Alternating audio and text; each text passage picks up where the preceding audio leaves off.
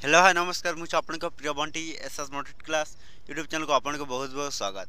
तो मुझे नहीं आसी एक एक बड़ी अपडेट जोटा कि मध्यबाबू पेंशन योजना विषय में जोटा कि समस्त राज्य में जोटा कि आपण मान मध्यबाबू पेंशन योजना जोटा कि समस्त राज्य में मिलवा जाऊँगी आपण मान भत्ता टंका। तो केबे आपण को मिल आपण मान भत्ता टंका निश्चित भाव में आपण मैंने भिडियो को कंटिन्यू भाव में शेष पर्यंत देखूँ जोटा कि आपण मैंने जानीपारे आपण मान भत्ता टंका जोटा कि आपन को केबे मिलबो एवं केउ लोक मान को मध्यबाबू पेंशन योजना टंका मिलवा को जाउची निश्चित भाव में आम चैनल सहित जोड़ी हो रही था जोटा कि आपण मैंने जानीपारे जे आपण मान को मध्यबाबू पेंशन योजना जोटा कि आपन को मिलबो किंबा मिलबनी।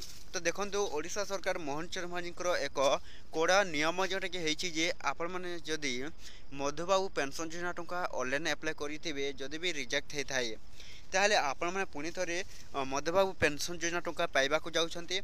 तो किपर भाव में जोटा कि जदि रिजेक्ट होता है तो किपर भाव में आप आवेदन करेंगे जोटा कि आपन को कहूँ मध्यबाबू पेंशन योजना जोटा कि कौन आपणकर लागू हो सारा जोटा कि ऑनलाइन डेट।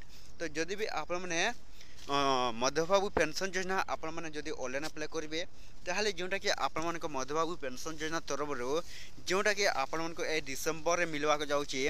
तो निश्चित भाव में समस्त भत्ता टंका हिताधिकारी लोक मैंने एवं विकलांग लोक मान जोटा खुशी खबर नहीं आसी आपण मैंने एथरक 3 ରୁ 3500 टंका पाइबा जाऊँगी।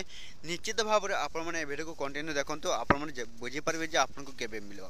तो जो मान को जदि रिजेक्ट होता है पुणी थे आपण मैंने कौन करेंगे ऑनलाइन आवेदन करेंगे से ऑनलाइन द्वारा ही आपण मानकर जोटा कि आपण मैंने मध्यबाबू पेंशन योजना टंका पाइपर।